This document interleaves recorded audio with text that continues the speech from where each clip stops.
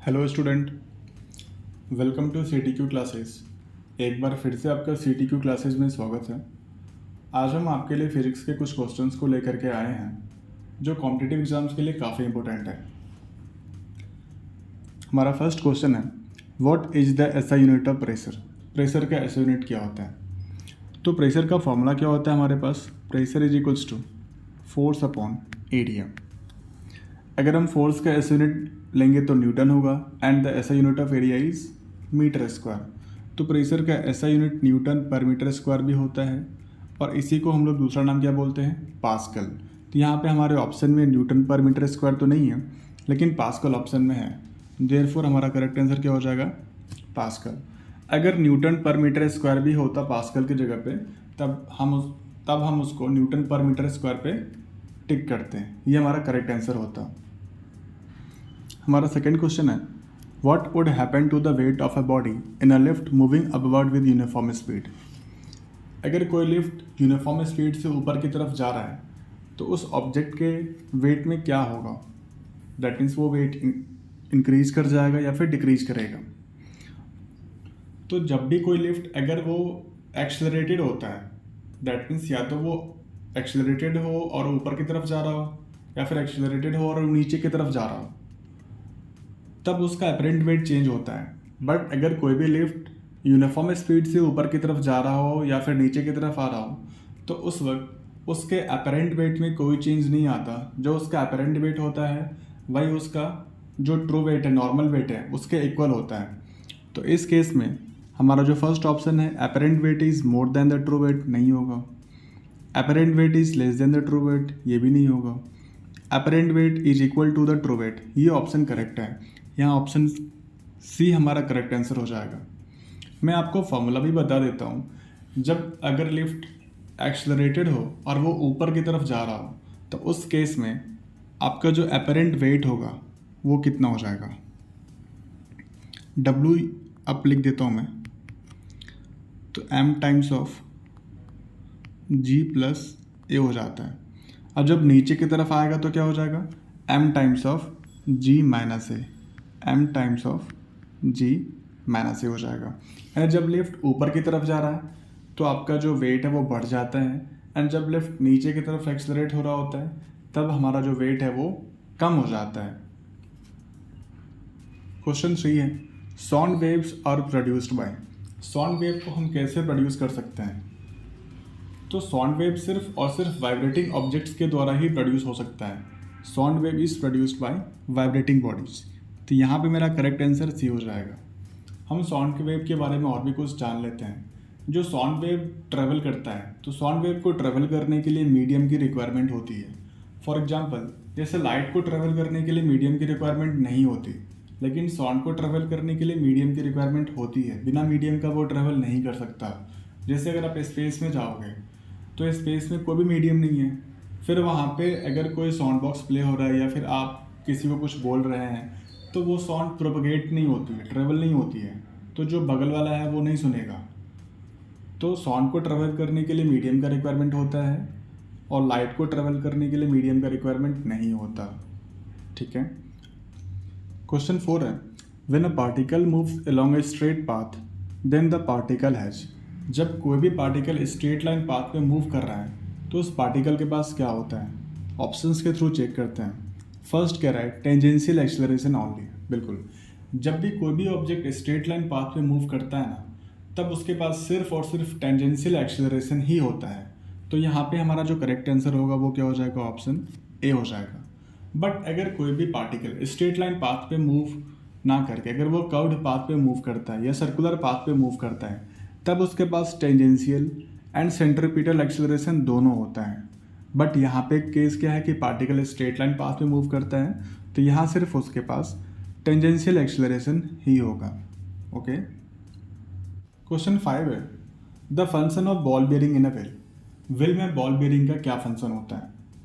तो ball bearing एक rolling friction है जो फ्रिक्शन को रिड्यूस करेगा। तो फर्स्ट ऑप्शन मेरा ऐसे इनकरेक्ट हो जाएगा, क्योंकि यहाँ पे लिखा है टू इंक्रीज फ्रिक्शन, वो हमेशा फ्रिक्शन को डिक्रीज करता है। और बॉल बेयरिंग किसी भी मशीन या व्हील के मूविंग पार्ट्स में जो मूविंग पार्ट्स होते हैं उसके outer surface and inner surface के बीच के सेपरेशन को मेंटेन करके रखता है।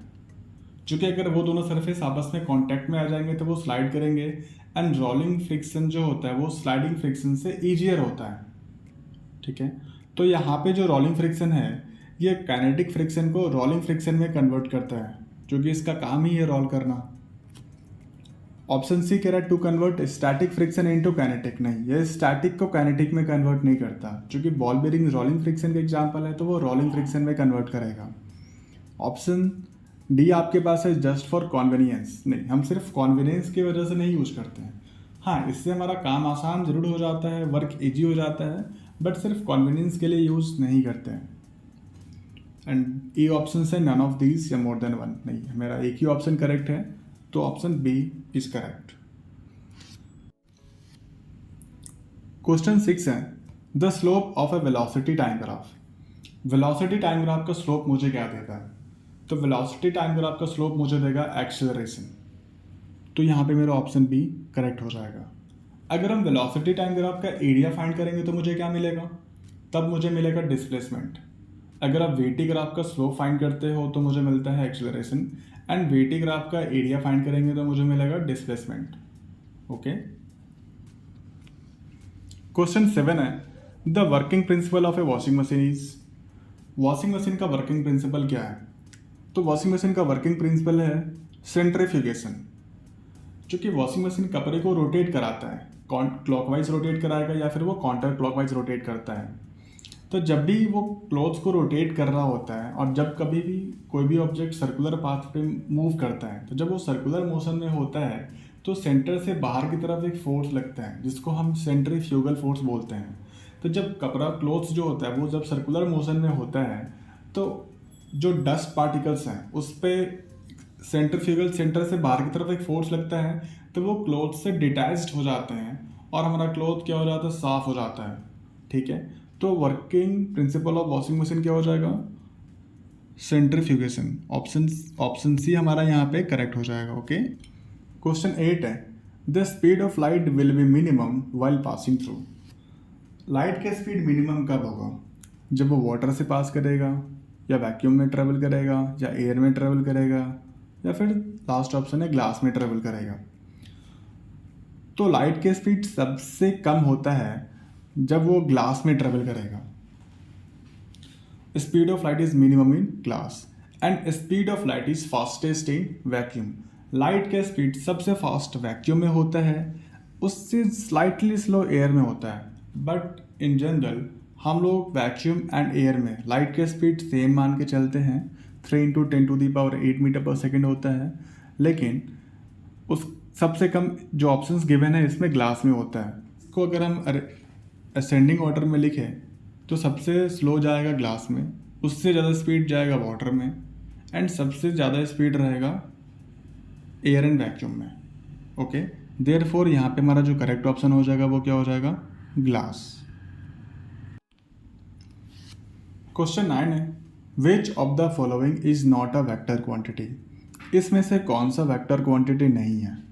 तो सबसे पहले हम ये जानते हैं कि स्केलर एंड वेक्टर क्वांटिटी होता क्या है।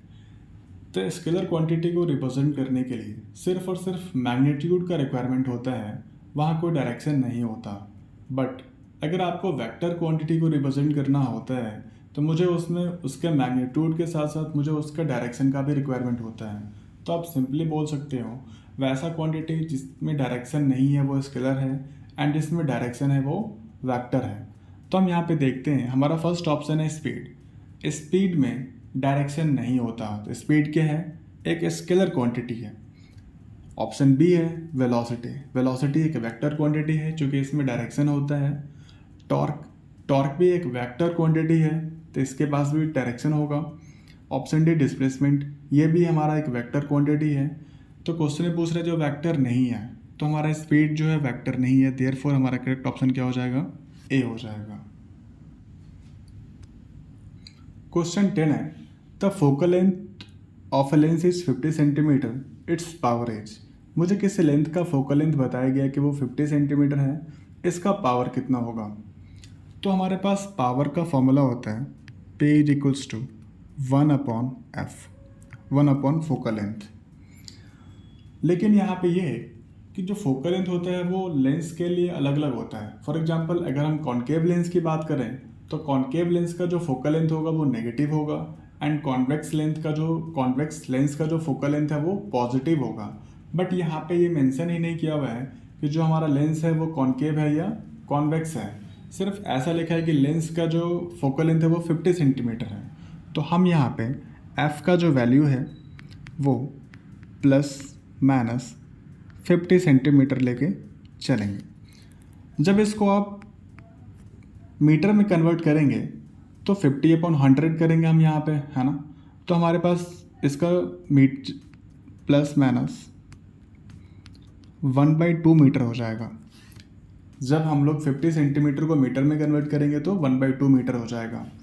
चूँकि पावर का जो SI यूनिट होता है वो डायोप्टर होता है, तो पावर का SI यूनिट डायोप्टर होता है, तो वो डायोप्टर में आंसर तभी आएगा जब फोकल लेंथ को हम मीटर में, उसको भी हम लोग SI यूनिट में कन्वर्ट करेंगे।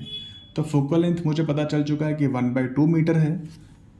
तो पावर अगर हम फाइंड करेंगे यहाँ पे तो 1/1/2 कितना हो जाएगा, ±2 डायोप्टर। तो ऑप्शन में देखिए, चूँकि यहाँ पे साइन के बारे में कुछ मेंशन नहीं किया हुआ है, देयरफॉर डी ऑप्शन में 2 डायोप्टर लिखा हुआ है। तो हमारा करेक्ट ऑप्शन जो है वो क्या हो जाएगा, डी हो जाएगा। Thank you for watching this video.